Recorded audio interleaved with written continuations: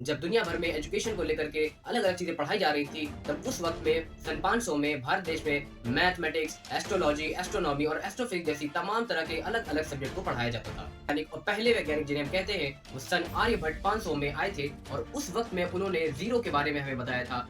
दोस्तों बात करें उस वक्त की, तो चारों तरफ संस्कृत का ही बोलबाला था। स्वागत है आपका दोस्तों हमारी एक नई वीडियो में। दोस्तों आज की वीडियो में हम आपको लेके जा रहे हैं इंडिया के सन 500 में, और आपको हम इस वीडियो में बताएंगे कि हमारा भारत देश सन 500 में कैसा दिखता था। दोस्तों उस जमाने में हम बात करें तो हमारे भारत देश में गुप्ता लोगों का राज चल रहा था, यानी कि जो उस समय जो राजा थे वो चंद्रगुप्त फर्स्ट, समुद्रगुप्त और चंद्रगुप्त टू का राज शासन चलता था, और उस जमाने को भारत देश का गोल्डन पीरियड भी बोला जाता था। दोस्तों उस जमाने में बात किया जाए तो जो गुप्ता एम्पायर था वो काफी ज्यादा स्ट्रॉन्ग एम्पायर था, लेकिन सन 500 के अंत में आते आते हुन डायनेस्टी की वजह से गुप्ता एम्पायर धीरे धीरे खत्म हो गया। दोस्तों बात करें उस जमाने की, तो उस वक्त लोगों में कास्ट सिस्टम को लेकर के बहुत ज्यादा स्ट्रॉन्ग थे। उस समय जो कास्ट सिस्टम था उसमें लोग बटे हुए थे ब्राह्मण में, वैश्य में, शूद्राज में और क्षत्रिय में। दोस्तों उस जमाने में जो औरतें हुआ करती थी उनको बहुत ज्यादा फ्रीडम थी अपने काम को लेकर के। आज के टाइम में बात की जाए तो आज के टाइम जैसी फ्रीडम है उस जमाने में भी औरतें जो थी वो शासक करती थी, यानी कि बहुत सारी औरतें आपको उस जमाने में मिल जाएंगी जो जिन्होंने शासन किया है अपने वक्त में। दोस्तों सन 500 में बात की जाए तो भारत देश को दुनिया भर का लर्निंग सेंटर माना जाता था। क्यों? क्योंकि उस जमाने में हमारी सबसे बड़ी और प्रचलित यूनिवर्सिटी नालंदा यूनिवर्सिटी हमारे भारत देश में थी, जहाँ पे चाइना, पर्शिया और बाहर बाहर तरह के स्टूडेंट लोग हमारे देश में पढ़ने आया करते थे।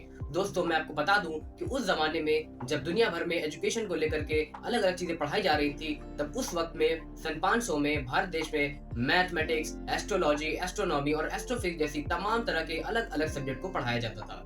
अलग अलग देश के लोग भारत देश में नालंदा यूनिवर्सिटी में पढ़ने आया करते थे। दोस्तों उस जमाने में बात की जाए तो हमारे देश के बहुत ही प्रचलित वैज्ञानिक और पहले वैज्ञानिक जिन्हें हम कहते हैं, वो सन आर्यभट्ट 500 में आए थे और उस वक्त में उन्होंने जीरो के बारे में हमें बताया था, और उनकी डिस्कवरी की वजह से आज हम भारत देश में कई तरह के विकास को कर सकते हैं। उन्होंने मैथमेटिक्स और साइंस की फील्ड में काफी ज्यादा बच्चों को, काफी ज्यादा लोगों को जागरूक किया और उनको इस बारे में पढ़ाया। दोस्तों यही नहीं, भारत देश मेडिसिन और फिलोसफी के मामले में भी काफी ज्यादा आगे हुआ करता था। दोस्तों बात करें उस वक्त की, तो चारों तरफ संस्कृत का ही बोलबाला था, तो कोई और तरह की भाषा का इस्तेमाल नहीं होता था। संस्कृत भाषा को ही हम लोग हर चीज में इस्तेमाल करते थे। यहाँ तक कि जितने भी लेख और ड्रामा वगैरह लिखे जाते थे वो सब संस्कृत में ही लिखे जाते थे, और बच्चों को अपने स्कूलों में संस्कृत ही पढ़ाया जाता था। दोस्तों उस वक्त में बात की जाए तो भारत देश में 3 प्रमुख रिलीजन हुआ करते थे, जिसमें हिंदुइज्म, बुद्धिज्म और जैनिज्म हुआ करता था। दोस्तों उस वक्त में कोई स्कूल तो होते नहीं थे, तो टेम्पल और मोनेस्ट्री जो थी वो ही हमारे लर्निंग सेंटर हुआ करते थे। बच्चे और सारे शिक्षक लोग वहीं पर बच्चों को पढ़ाया करते थे। दोस्तों उस वक्त में गुप्ता एम्पायर जो था उन्होंने अपने काल में, अपने शासन में कई तरह के मंदिर का निर्माण किया था, और उस वक्त में जो मंदिर बनाए जाते थे वो काफी सिंपल बनाए जाते थे। इसका मतलब कि मंदिरों में कोई कलाकृतियां ज्यादातर नहीं होती थी, लेकिन वो बहुत खूबसूरत होते थे। मंदिरों को बनाने के लिए हम लोग पत्थरों का और ईंटों का इस्तेमाल करते थे। दोस्तों उस वक्त की बहुत ही फेमस जगह जिसको आज हम अजंता एलोरा केव के नाम से जानते हैं, उस वक्त में बुद्धिज्म की जो पेंटिंग हुआ करती थी, जो कलाकृतियां हुआ करती थी, वो हमें आज उस अजंता एलोरा केव्स में देखने को मिलती है। दोस्तों उस वक्त की बात करें तो कई तरह के जो लेखक थे उन्होंने संस्कृत में कई तरह के लेख भी लिखे, जिसमें से कुछ प्रचलित लेख आपके सामने आज आपको देखने को मिलते हैं। दोस्तों उस वक्त में जो राजा महाराजा हुआ करते थे वो अपने आर्मी में, अपनी मिलिट्री में ज्यादातर हाथियों का इस्तेमाल किया करते थे, और अपने सिपाहियों को वो तीरंदाज बनाया करते थे, और तो और जो अपने घरों को वो किले में बदल दिया करते थे, ताकि बाहरी आकर के आसानी से उनके परिवार तक ना पहुंच सके और राजा महाराजा हमेशा सेफ रहे। दोस्तों यही वजह है कि आज हम भारत के चारों ओर जाते हैं तो हमको पुराने राजा महाराजा के किले देखने को मिलते हैं। आइए जानते हैं दोस्तों उस समय भारत देश में व्यापार कैसे होता था। दोस्तों उस वक्त में बात करें तो भारत देश में लोग आपस में कोई तरह के जंग नहीं करते थे, जिस वजह से भारत देश बहुत तेजी से बढ़ रहा था।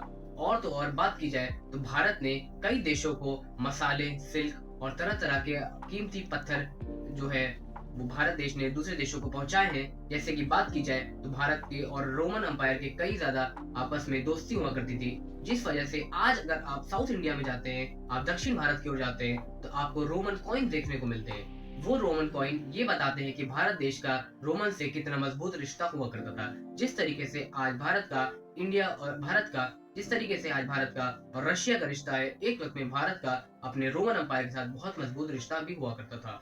ये जान लेते हैं कुछ ऐसी बेसिक बातें उस वक्त की जो आम थी। दोस्तों वो बात करें उस वक्त में जो लोग रहते थे वो ज्यादातर नदियों के पास रहते थे। क्यों? क्योंकि उनको कई तरह की आसानी पड़ती थी। दोस्तों जो उस वक्त की नदियां हुआ करती थी वो उनके लिए एक तरीके का रास्ता बनाने का काम करती थी, क्योंकि उस वक्त लोग ज्यादातर नाव बना करके एक जगह से दूसरी जगह जाया करते थे।